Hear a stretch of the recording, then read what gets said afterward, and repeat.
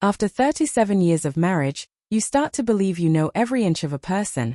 The way they stir their coffee, the sigh that means they're lost in thought, the way they fold their sleeves when something serious is coming. For nearly 4 decades, I believed I knew my husband, Richard, down to his very soul. And I thought he knew me just as completely. But secrets, no matter how deeply buried, have a way of finding air again. It began on a quiet Sunday afternoon. The house was still, the kind of stillness that settles after years of familiar habits. Richard sat in his worn armchair, reading the newspaper, glasses perched low on his nose. I sat across from him, pretending to knit, though my hands shook too much to manage even a single stitch.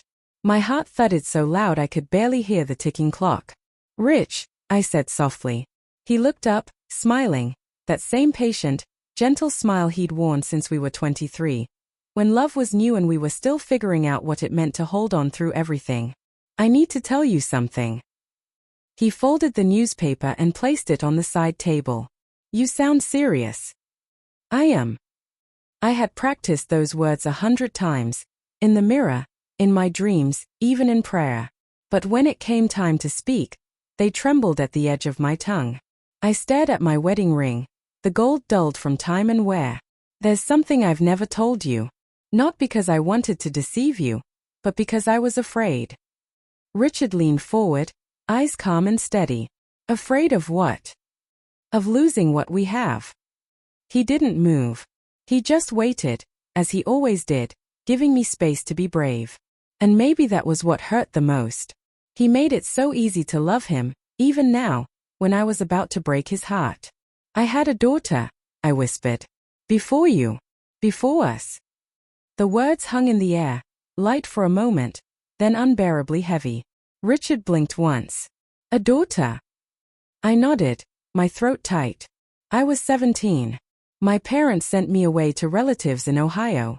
I gave birth there. They said it would be better if she was adopted. When I came home, they told me never to speak of it again. I tried to forget. I never really did." Silence filled the room. Only the clock ticked, cruelly steady. Richard's hand rested on his knee as he tried to fit this new truth into the life we'd built together. Finally, he spoke, his voice low. "Why now?" "Because she found me," I said. "Her name is Emily. She's 40 now. She wants to meet me. And she wants to meet you, too." He let out a long, slow breath and leaned back, eyes closed. "All these years," he murmured. "You carried that alone." I nodded, tears burning. I was terrified that if I told you, you'd see me differently, as someone damaged or unworthy. When he opened his eyes again, there was no anger there. Only sadness, the kind that comes from realizing how much love has gone unshared. "You think I married you for perfection," he said quietly. "Helen, I married you because you were real. Because you made mistakes and kept going. But this," he paused, searching for words. "This must have been such a heavy thing to carry. I wish you'd told me sooner." A sob escaped me, raw and helpless. I didn't know how. He reached across the coffee table and took my trembling hand. His fingers were warm, grounding. "Then tell me now," he said. "Everything. Who she is. What happened." And so I did. I told him about the hospital room, the small hand I never got to hold, the letters I wrote but never sent. I told him about how Emily had found me through an old cousin, how her voice shook on the phone, scared, uncertain, and full of hope. When I was done, there was nothing left but the sound of our breathing and the rain that had begun to fall outside. Richard looked away for a long while, tracing the edge of his wedding ring with his thumb. Then he spoke, barely above a whisper. "I'm not angry," he said. "Just sad that you thought I wouldn't understand." I covered my face and wept quietly. "I was trying to protect you." He shook his head. "No, Helen. You were protecting yourself." The truth of it stung, but it was right. The rain grew heavier. The gray light of afternoon deepened. And we sat there, our hands still joined across the table, two old souls who had shared almost everything, except this. For the first time in 37 years, there were no more secrets between us.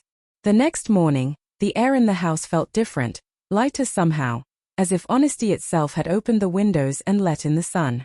I woke before Richard, lying still for a while, listening to the faint rhythm of his breathing beside me. It had been years since I'd cried like that, years since I'd felt such a release. The confession had emptied me out, but in the hollow it left behind, there was peace. When Richard began to stir, I turned toward him. His eyes opened slowly, finding mine. There was no anger there, no reproach, just a quiet exhaustion and something steady beneath it, something like resolve. "Do you want to meet her?" I asked softly. He rubbed his forehead, thinking. "Do you?" "Yes," I said. "I need to." He nodded, his gaze drifting toward the thin slice of morning light spilling through the curtains. "Then I think I should, too." The relief hit me so suddenly it caught in my throat. "You don't have to, Rich. She's from my past." "She's part of your story," he said gently, "and if she's part of yours, then she's part of mine too." I reached for his hand, and he didn't pull away. That small, simple gesture carried more forgiveness than words ever could. 3 days later, we met Emily at a small cafe by the lake. I knew her the moment she walked in. She had my mother's eyes, green with flecks of gold, and a nervous way of holding her purse close to her chest. My heart faltered. She stopped by the table. "Hi," she said, her voice trembling. "Hi," I managed, though my hands were shaking so hard that Richard quietly reached beneath the table to steady them with his own. Emily smiled, uncertain but kind. "You look just like I imagined." "And you," I whispered, "you look like home." Her eyes glistened. She sat down, fingers intertwined on the table. "I don't want to make things messy," she said. "I just wanted to understand where I came from. I had a good life, but there was always this missing piece. When I finally found your name, I had to try." Tears blurred my vision. "You had every right. I've thought of you every day for 40 years. Richard spoke then, his voice calm and even. "I'm glad you found her," he said to Emily. "She's been waiting for this moment longer than you know." Emily gave him a tentative smile. "You must be Richard." He chuckled softly. "I must be." Something in his warmth loosened the air around us. We talked for hours, about her childhood, her work as a teacher, the family who had loved her. I learned she had 2 children of her own. My grandchildren. The word itself made me tremble. When she showed me their photo, 2 bright-eyed, freckled kids with laughter in their smiles, I broke. I cried, not from sorrow, but from gratitude. The life I had lost had somehow found its way back to me. After she left, Richard and I sat in the car, neither of us speaking, the sky outside deepening into orange. "Finally," he said, "she's wonderful." "She is," I whispered.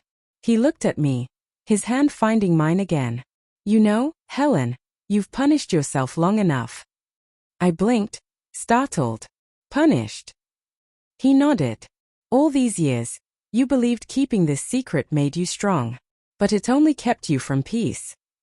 I stared at him, my throat thick with emotion. "How can you forgive me so easily?" He smiled faintly. "Because you've stood by me through every storm. Because we all have a before.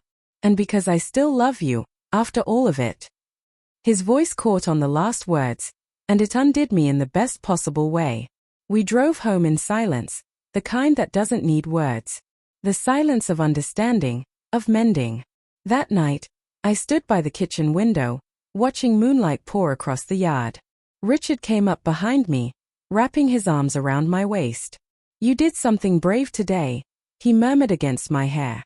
I turned, resting my head on his shoulder. "So did you."